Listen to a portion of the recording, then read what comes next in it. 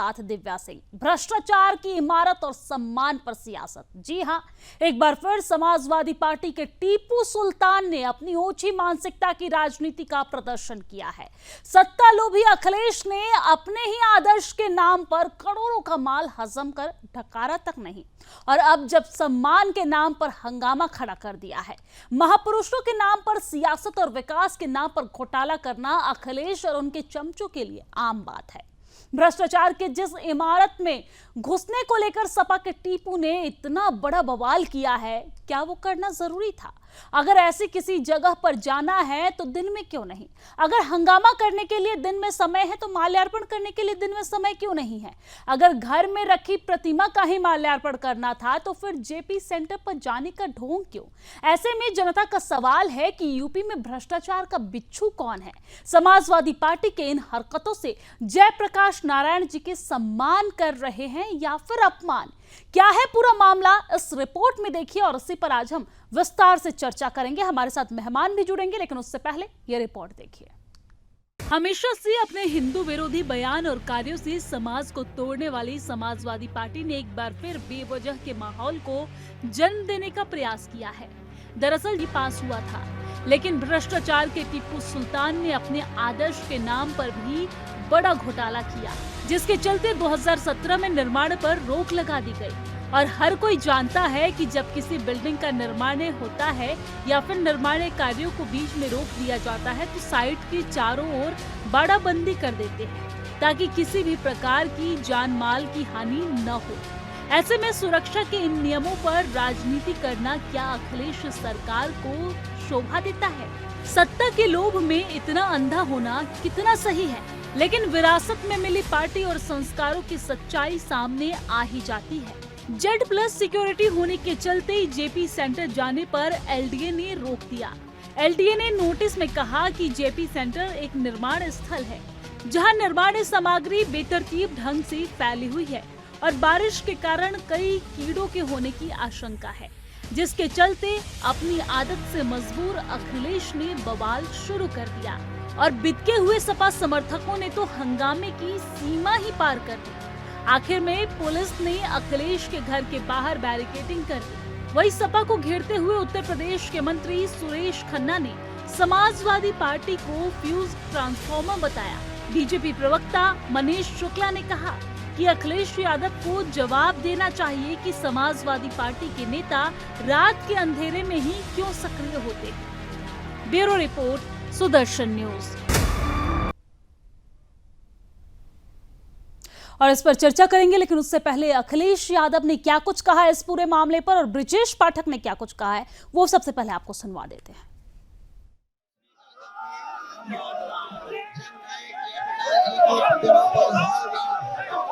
हम लोग जयंती मनाते हैं, लेकिन पता नहीं सरकार क्या कारण है। आज हम लोग सड़क पे खड़े होकर के जननायक जयप्रकाश जी को याद भी कर रहे हैं। ये सरकार रोकना चाहती है कि हम माल्यार्पण न करें, लेकिन हम लोगों ने यहाँ पर सड़क पर ही माल्यार्पण कर दिया है। और जयप्रकाश जी के नाम पर जो स्मारक बना है उसको इसलिए ढका हुआ है, कहीं साजिश है उसके पीछे, और साजिश ये कि लोग बेचना चाहते हैं।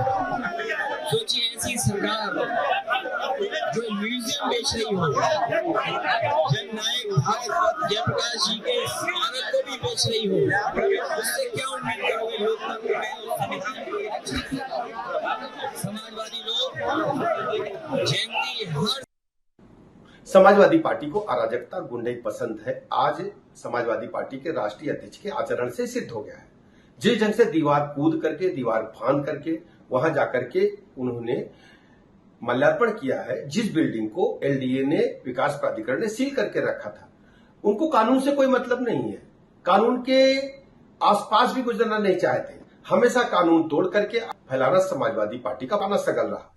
और इसी पर हमारे साथ चर्चा के लिए तमाम मेहमान जुड़ गए हैं। सबसे पहले उनका आपसे परिचय करवा देती हूँ। हमारे साथ बीजेपी के प्रवक्ता रत्नाकर सिंह जुड़ गए हैं। इसी के साथ सपा नेता हमारे साथ राकेश प्रजापति जुड़े हैं और राजनीतिक विशेषज्ञ हमारे साथ सुरेंद्र स्वामी जुड़े हैं। सबसे पहले हम बीजेपी प्रवक्ता रत्नाकर सिंह के पास आते हुए आप सभी मेहमानों का बहुत बहुत स्वागत है सुदर्शन न्यूज पर। रत्नाकर सिंह जी, आपको पता है कि जब आप नहीं अंदर जाने देंगे तो सपा जो है वो बहुत ज्यादा ड्रामा करेगी। पिछले साल भी कुछ इस तरह की तस्वीरें देखने को मिली, इस साल भी कुछ इसी तरह की तस्वीरें देखने को मिली। दीवार फाड़कर वो गए, दीवार फाड़ने से ज्यादा तो वो घर से मूर्ति निकालकर और सड़क पर लाकर माल्यार्पण कर रहे थे। जब आपको पता है कितना ज्यादा वो ड्रामा करेंगे, लाइमलाइट में आने का मौका तो आप ही दे रहे हैं, ऐसा क्यों? देखिए दिव्या जी, अखिलेश जी पहले पूर्व मुख्यमंत्री रह चुके हैं इतने बड़े प्रदेश के, और उनसे इस तरह के कृत्य का कभी भी उम्मीद नहीं किया जा सकता है कि एक पूर्व मुख्यमंत्री इस तरह से दीवार का कूदा फांदी करे और इस तरह से न्यूसेंस क्रिएट करने का काम करे। ये निश्चित रूप से उनकी गरिमा को और उनके पार्टी को गरिमा को गिराने का काम है। मेरा कहना ये है कि अगर आप जयप्रकाश जी को इतना ही सम्मान देते हैं तो उनकी मूर्तियों का माल्यार्पण से ज्यादा उनके जो सिद्धांत जयप्रकाश जी के हैं उनको आप मानते, स्वीकार करते, उनको आत्मसात करते, उनको अपनी पार्टी के बीच में रखते और बोलते अपने कार्यकर्ताओं को कि जयप्रकाश नारायण जी ने जो हमें शिक्षा दिया है उसको करिए।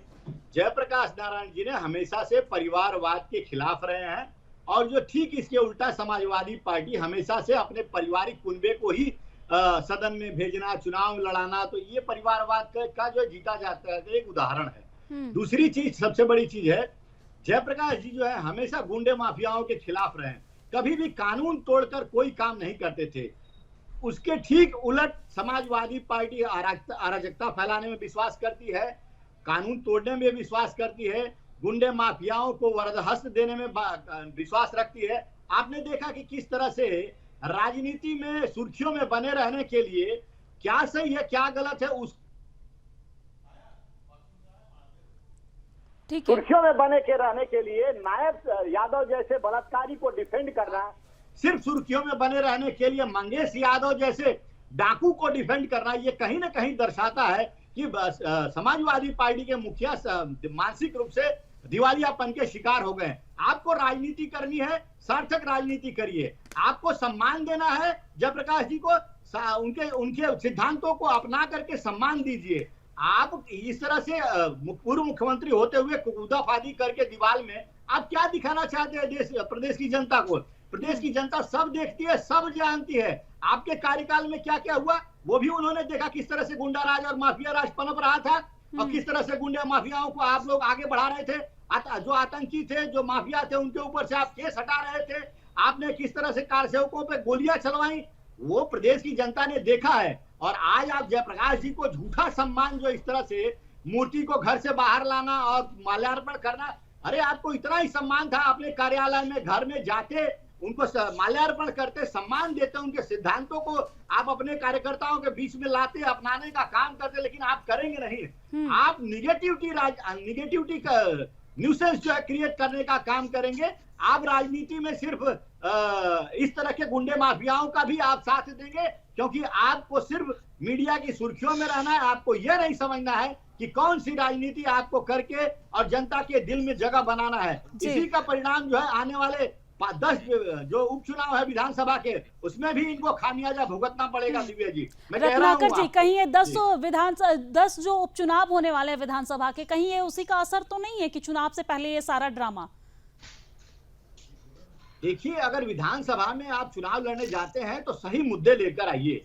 आप जनता के हित के लिए, लोक हित के लिए क्या क्या मुद्दे जरूरी है वो लेकर आइए।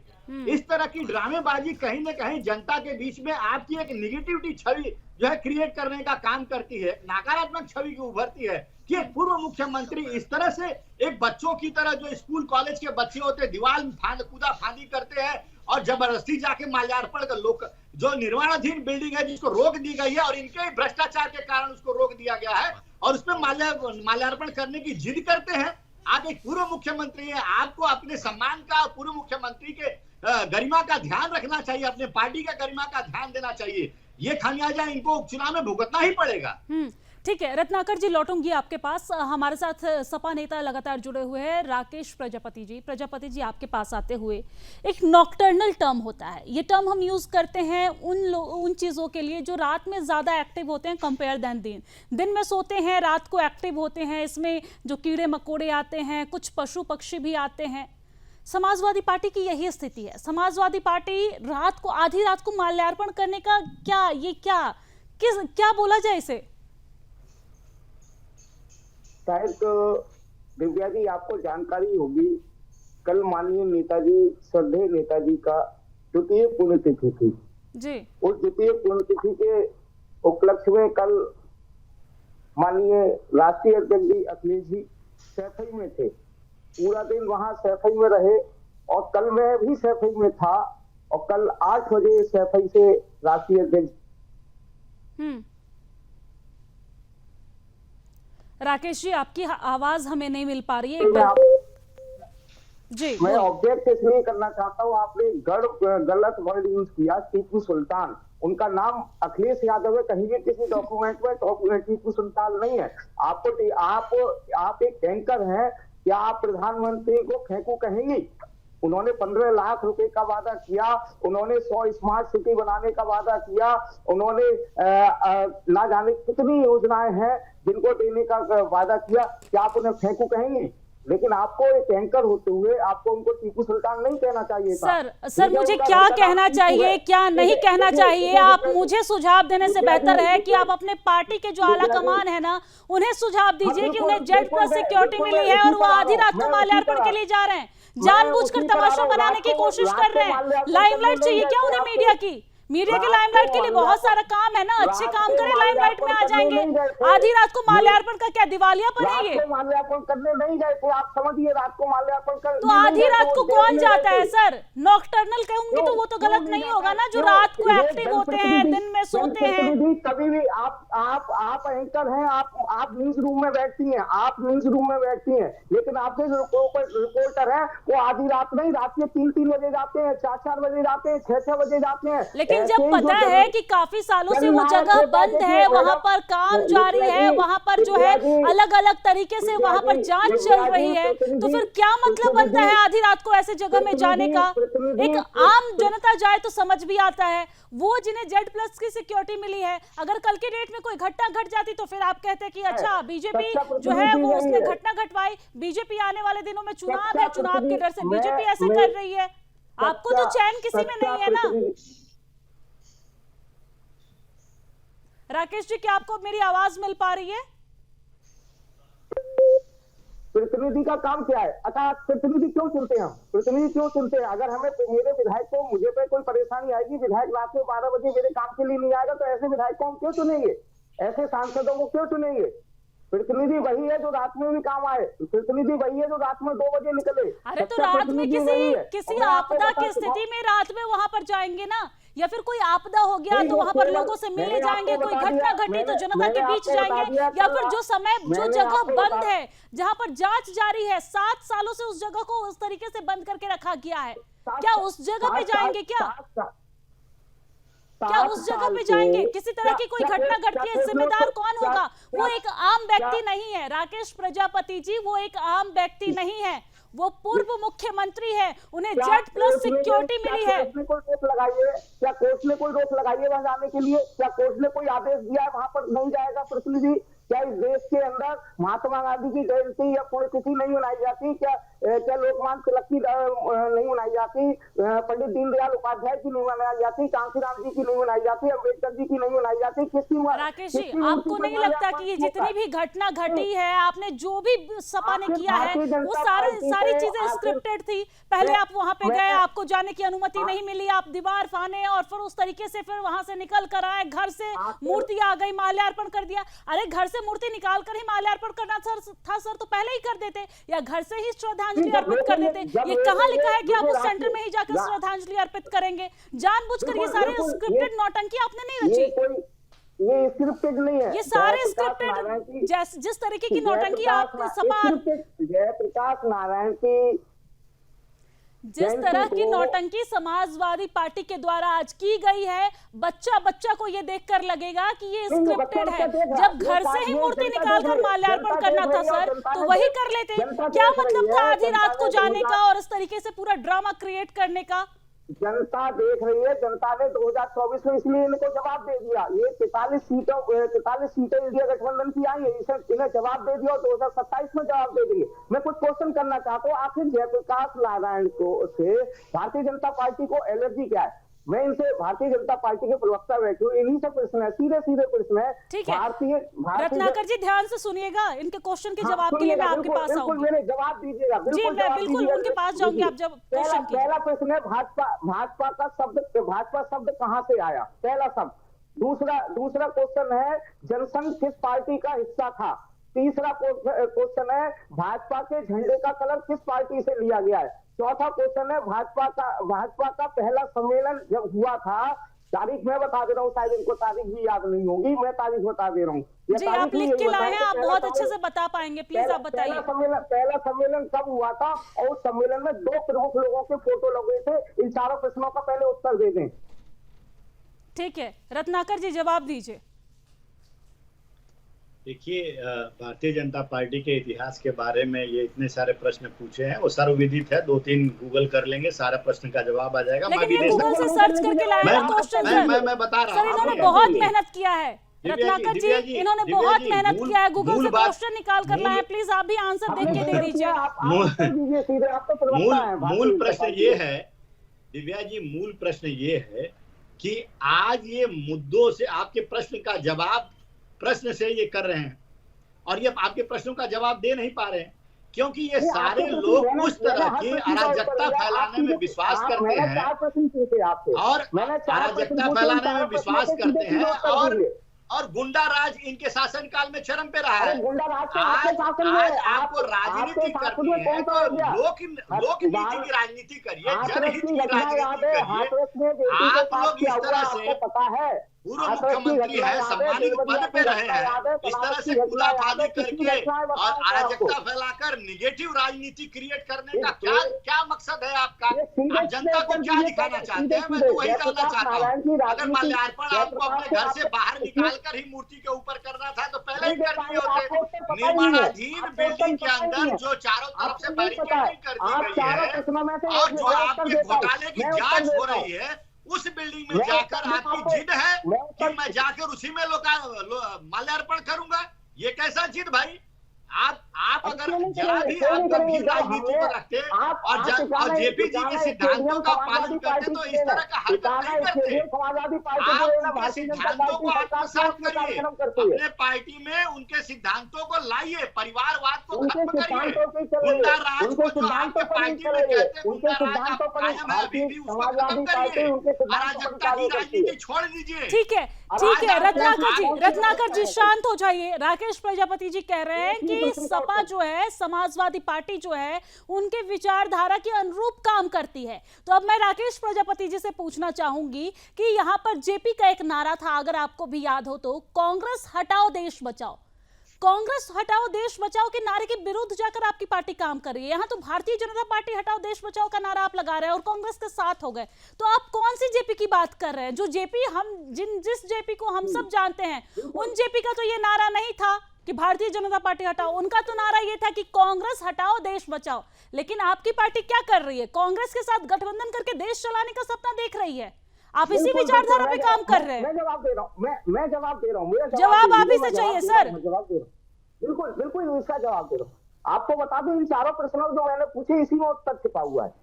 भारतीय जनता पार्टी आज जयप्रकाश नारायण से जितनी एलर्जी कर रही है, जितनी नफरत कर रही है, उनके स्टैच्यू से इतनी नफरत है। भारतीय जनता पार्टी का उदय यानी कि जनसंघ का उदय जयप्रकाश नारायण के आंदोलन से ही हुआ था। जनसंघ की उत्पत्ति जनता पार्टी से ही हुई थी और भाजपा का इन्हें नहीं पता होगा, ये प्रवक्ता जरूर है भारतीय जनता पार्टी के। मैं सीधे प्रश्न दोबारा पूछ रहा हूँ, भाजपा का असली जो नाम है भाजपा, ये कहाँ से लिया गया? आप राकेश जी, आप उनसे क्वेश्चन मत पूछिए, आप जवाब दीजिए। आप जवाब दीजिए। क्वेश्चन पूछने के लिए मैं यहाँ पे बैठी हूँ, आप जवाब देने के लिए यहाँ पर आए हैं ना, जवाब दीजिए। फिर जब जेपी का जयप्रकाश नारायण जी का नारा था कांग्रेस हटाओ देश बचाओ, फिर आप कांग्रेस के साथ गठबंधन करके सरकार बनाने का सपना देख रहे हैं। कौन सी विचारधारा पे चलने की बात कर रहे हैं राकेश जी? जिस समय जनता पार्टी से अलग होकर के भारतीय जनसंघ बना, उस भारतीय जनसंघ का नारा था जनता पार्टी को हटाने का। ठीक है, आज वही पार्टी जिसके पहला जो सम्मेलन हुआ था, जेपी का भी तो नारा यही था ना सर। आप मानते नहीं मानते हैं? ये नारा मैं तो नहीं लेकर आई हूँ, ये नारा उन्हीं का है ना, ये नारा उन्हीं का है ना, कांग्रेस हटाओ देश बचाओ। फिर कांग्रेस के साथ गठबंधन करके सरकार बनाने का कौन सा सपना देख रहे हैं? विचारधारा आपके पास इसका जवाब नहीं होगा, लौटूंगी आपके पास। बहुत देर से सुरेंद्र जी भी इंतजार कर रहे हैं। सुरेंद्र जी, आपके पास आते हुए जिस तरह की घटनाक्रम आज देखने को मिली है उत्तर प्रदेश में, बहुत ज्यादा ड्रामा देखने को मिला है। क्या आने वाले दिनों में 10 विधानसभा सीटों पर उपचुनाव है? वजह यह है या फिर वजह है कि जेपी का नाम सामने रखकर अपनी राजनीति को चमकाना? आपको क्या लगता है, आप इसे किस तरीके से देखते हैं? देखिए, ऐसा है कि जो हरियाणा का रिजल्ट रहा उसका ये साइड इफेक्ट है, क्योंकि इनका कांग्रेस के साथ यूपी में गठबंधन था। इनके सामने अब दुविधा यह है कि ये कांग्रेस को छोड़ भी नहीं सकते, क्योंकि मुस्लिम वोट बढ़ जाएगा। वही इनकी ताकत है, क्योंकि यूपी में 20% जी। सुरेंद्र जी, आपकी आवाज हमें जी बोलिए वहां से छिटक गया है, तो उसका इम्पैक्ट यहाँ इस इलेक्शन में आना है। तो अब अखिलेश जी क्या है, कैच 22 में है। वो अपने आप को कांग्रेस से अलग भी दिखाना चाहते हैं और कांग्रेस के साथ मिलके लड़ना भी चाहते हैं। अगर आप जयप्रकाश नारायण को लेकर के कांग्रेस को गठबंधन में रखते हुए उनको बताएं कि हम उनकी नीतियों पर चलें, तो आप एक मैसेज देना चाह रहे हैं जनता को कि कल को हमारा कांग्रेस से पता नहीं फाइनल समझौता हो नहीं हो, तो हम ये दिखाएंगे कि हम तो कांग्रेस से खाली समझौता था, हम तो जेपी की विचारधारा के लोग हैं और जेपी तो कांग्रेस के खिलाफ थे, तो हमारा खाली एक लिमिटेड था। तो वो उस स्थिति में ये फंस गए हैं और इसीलिए इन्होंने इतना ज्यादा आपकी बार जयप्रकाश की नीतियां, देखिए इससे बड़ा किसी भी एक महापुरुष का अपमान नहीं हो सकता कि आप उनकी मूर्ति को, घर में थे आप, घर में फंक्शन करते, वहां पे माल्यार्पण करते, लोगों को बुलाते, वहां उनकी नीतियों की चर्चा करते, आप उनकी नीतियों से कहां दूर चले गए हैं।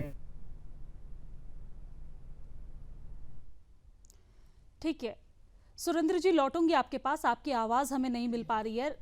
तो जी तो इतना बड़ा जो आप वहां पे ड्रामा कर रहे हैं, और उधर वो एक दिन पहले ही बर्थडे मनाने, उनकी माल्यार्पण करने रात में पहुंच गए। क्योंकि पिछले बार ये वो गेट कूद कर अंदर कूद गए थे, तो अब की बार एलडीए ने उसको बंद कर दिया, वो लगा दिया। तो स्क्रिप्ट सर पूरी तरह से पहले से तैयार था कि इस बार तो घर से मूर्ति लाके सड़क पे माल्यार्पण करेंगे। उन्होंने खुद वहां पे कहा कि भाई आप इस पे समाजवादी जिंदाबाद लिखाइए। तो जो महापुरुष हैं वो क्या खाली समाजवादियों के ही हैं? महापुरुष तो सबके होते हैं। कल को कांग्रेस जाके महात्मा गांधी की वहां लिखाएगी कांग्रेस जिंदाबाद, ऐसे नहीं होता है ना। तो वो सारे का सारा जो इन्होंने ड्रामा, इनको मालूम था आपकी बार कूद के नहीं जा पाओगे, तो वहां लिखा है समाजवादी जिंदाबाद, और यहाँ के सड़क के बीचों बीच उनको ला करके और आप उनको माल्यार्पण कर रहे हैं। तो मैं ये मानता हूं पॉलिटिकल एंगल से, बाकी तो ये पार्टियों की अपनी बातें हैं, कि उनकी बहुत कैच 22 की स्थिति है। वो कांग्रेस को छोड़ते हैं तो मुस्लिम वोट खिसकता है जी। तो वो अपनी आगे की तैयारी कर यानी कि की जिम्मेदारी किसकी है, और अब तक इस पूरे मामले में आपने कितना एक्शन किया, किसकी गिरफ्तारी हुई, ये भी सवाल आपसे पूछा जा रहा है। देखिए, आरोप लगा सकता है क्योंकि विपक्ष में बैठे लोग आरोप लगा सकते हैं सरकार के ऊपर, लेकिन इसका मूल तत्व यही है कि जिस समाजवादी पार्टी ने इसका निर्माण कार्य जो शुरू किया था 2016 में 416 करोड़ का बजट से बढ़ा करके इसको तीन फेज में 800 करोड़ तक कर दिया गया 21 साल के अंदर। तो ये कहीं न कहीं दर्शा रहा था कि इसमें बहुत व्याप्त भ्रष्टाचार हुआ है और व्याप्त भ्रष्टाचार को देखते हुए उसकी जांच शुरू की गई और वो बंद कर दिया गया। और जब तक दिव्या जी तब तक वो चीजें आगे नहीं बढ़ सकती हैं। और जयप्रकाश जी के सिद्धांत हम पालन करते हैं, जयप्रकाश जी के जो सिद्धांत हैं उसको आत्मसात करते हैं, अपनी पार्टी में भी पालन करते हैं। हमने कभी परिवारवाद हमारी पार्टी में आपको देखने को नहीं मिलेगा। एक पार्टी का अध्यक्ष है तो उसका बेटा ही पार्टी का अध्यक्ष बनेगा, ऐसा आप पूरा इतिहास उठाकर देख लीजिएगा। भारतीय जनता पार्टी के इतिहास में कभी नहीं। भारतीय जनता पार्टी के इतिहास में कभी कोई गुंडे मवाली या फिर अराजक तत्वों को हम कभी नहीं टिकट देते हैं, कभी चुनाव नहीं लड़वाने का काम करते हैं। लेकिन उसी के उल्टा समाजवादी पार्टी जयप्रकाश जी को जो आज सम्मान देने के लिए इतनी आतुर दिख रही है, इतनी वोट की राजनीति के लिए जयप्रकाश जी को अपने घर के अंदर जो मूर्ति बनी थी उसको बाहर निकाल करके दुनिया और देश को दिखाने की कोशिश कर दी, प्रदेश को दिखाने की कोशिश कर रही थी कि हम बहुत सम्मान करते हैं, सड़क पर ला करके माल्यार्पण करते हैं। किस तरह का सम्मान देते हैं? आप किसी को सम्मान देना है तो उनके विचारों को सम्मान दीजिए, उनके सिद्धांतों को सम्मान दीजिए। अगर उनके विचार सिद्धांत है कि परिवारवाद को खत्म करना है तो समाजवादी पार्टी के परिवार के ही 5-5 सांसद आज सदन में बैठे हुए क्यों मिलते हैं? ये दर्शाता है ना कहीं कि आप परिवारवाद में आप पूरी तरह से घिर चुके हैं। एक आपके पिताजी अध्यक्ष थे, फिर आप अध्यक्ष तो होंगे, और आपके आने वाले और जो परिवार के सदस्य हैं आगे वो भी पार्टी चलाएंगे। आप उनके सिद्धांतों को आत्मसात करिए, उनका जो विचार है उसका सम्मान करिए, इस तरह से परिवारवाद मत करिए। और दूसरी चीज देखिए दिव्या जी, बहुत बढ़िया प्रश्न आपने उठाया इंडी गठबंधन के बारे में ही। अभी समाजवादी पार्टी के पास कोई जवाब नहीं था। ये जवाब अभी भी नहीं दे पाएंगे कि जयप्रकाश नारायण जो है कांग्रेस हटाओ देश बचाओ का नारा लेकर के पूरे देश में आंदोलन किए थे और इंदिरा जी को सरकार को गिरना पड़ा, उसको गिर गई। लेकिन आज उसी कांग्रेस के साथ समाजवादी पार्टी गठबंधन में बैठी है और ये कह रही है कि हम जयप्रकाश नारायण को सम्मानित करेंगे, माल्यार्पण करेंगे। अरे अगर आपको उनको सम्मान इतना ही देना था तो जिस कांग्रेस के खिलाफ वो सड़कों पे उतरे, जिस कांग्रेस के खिलाफ वो लाठी डंडा तक खाए, आप उनके साथ में नहीं जाते, गठबंधन नहीं बनाते। प्रदेश की जनता देख रही है कि आपकी कथनी और करनी में कितना बड़ा फर्क है। ये 10 उपचुनाव में जो होंगे ना अभी आज समय में जो उत्तर प्रदेश में होने वाले हैं उसमें जनता आपको माकूल जवाब देगी। रत्नाकर जी लौटूंगी आपके पास, राकेश जी भी हमारे साथ लगातार जुड़े हुए। राकेश जी आपसे जवाब ले लेते हैं। जिस तरीके से रत्नाकर जी ने जो भी सवाल किया आप उसका जवाब दीजिए। और मेरा सवाल ये है कि क्या जेपी के नाम का इस्तेमाल सिर्फ राजनीति चमकाने के लिए कर रहे हैं? उनकी विचारधारा पर तो आप एक भी काम नहीं करते नजर आ रहे, क्योंकि जेपी का जो विचारधारा था वो ये था कि परिवारवाद के खिलाफ, वो ये था कि भ्रष्टाचार के खिलाफ। लेकिन आप जिनको आइडियल मानते हैं, जिनकी विचारधारा की बात करते हैं, उनके केंद्र बनाने में ही आपने भ्रष्टाचार की सारी हदें पार कर दी। तो किस बात की विचारधारा भाई? राकेश जी। रत्नाकर जी अभी कह रहे थे, हाँ मैं कह रहा हूँ, आपने भी प्रश्न किया था वो मैंने एक्सेप्ट किया। लेकिन जेपी आंदोलन के प्रमुख नेताओं में राकेश जी आपकी आवाज मुझे नहीं मिल पा रही है, एक बार फिर से जी बोलिए। भारतीय जनता पार्टी में है, आज दोनों ही लोग भारतीय जनता पार्टी में है। अगर भारतीय जनता पार्टी इतनी सिद्धांतशील पार्टी है तो आज इन दोनों नेताओं को बाहर निकालना चाहिए। नीतीश कुमार की पार्टी से कोई संबंध नहीं रखना चाहिए। क्यों? क्योंकि ये जेपी आंदोलन जो था, जेपी आंदोलन अगर सही था तो जनता पार्टी से जनसंघ अलग क्यों हुआ? जनसंघ क्यों बना? यानी कि सीधे सीधे भारतीय जनता पार्टी क्यों बनी? रही बात परिवारवाद की, समाजवादी पार्टी में तुम्हें कोई परिवारवाद नहीं है क्या? राकेश जी हमारे दर्शक भी हंस रहे होंगे, राकेश जी दर्शक भी हंस रहे होंगे। मुलायम सिंह यादव, अखिलेश यादव, डिंपल यादव, अब तो उनकी छोटी सी बेटी जो है वो भी खूब एक्टिव नजर आ रही है, ट्विटर पे खूब एक्टिव होती हैं वो। बच्चे भी हंस रहे होंगे राकेश जी, बच्चे भी हंस रहे होंगे अगर आपकी ये बात सुन रहे होंगे तो। कल्याण सिंह के आप सुन तो रही नहीं है। कल्याण सिंह ही तो इस देश के मुख्यमंत्री रहे। कल्याण सिंह के बेटे राजवीर सिंह का क्या आज सांसद नहीं है? क्या राजवीर सिंह के बेटे संदीप सिंह क्या मंत्री नहीं है? राजनाथ सिंह के बेटे पंकज सिंह का मंत्री नहीं है? राकेश जी, आप भारतीय जनता पार्टी में मत जाइए ना। जेपी के विचारधारा की बात कर रहे थे ना, परिवारवाद की बात कर रहे थे ना, कि समाजवादी पार्टी जो है वो परिवारवाद की विचारधारा पे आगे नहीं बढ़ती है, समाजवादी पार्टी में परिवारवाद का विचारधारा नहीं है। फिर जवाब दीजिए ना, भ्रष्टाचार पे जवाब दीजिए ना सर। आप यहाँ पर जनता को जवाब देने के लिए बैठे हैं, आप यहाँ पर जनता को जवाब देने के लिए बैठे हैं, जनता के बीच सफाई पेश करने के लिए बैठे हैं समाजवादी पार्टी की, ना कि रत्नाकर जी को घेरने के लिए बैठे हैं। उसके लिए चुनावी रैली बहुत ज्यादा है, चुनावी रैली में आप घेर लीजिएगा जितना आपको बीजेपी को घेरना होगा, लेकिन मैंने आपको मंच दिया है कि आप यहाँ पर जनता के बीच आप सफाई पेश कीजिए। आपने भारतीय जनता पार्टी के प्रवक्ता से सीधा प्रश्न किया कि आखिर उसमें बिच्छू क्यों है, आखिर उसमें सांप क्यों है, आखिर उसमें भ्रष्टाचार किसने किया? 7 साल क्या भारतीय जनता पार्टी के पास कोई इंटेलिजेंस नहीं?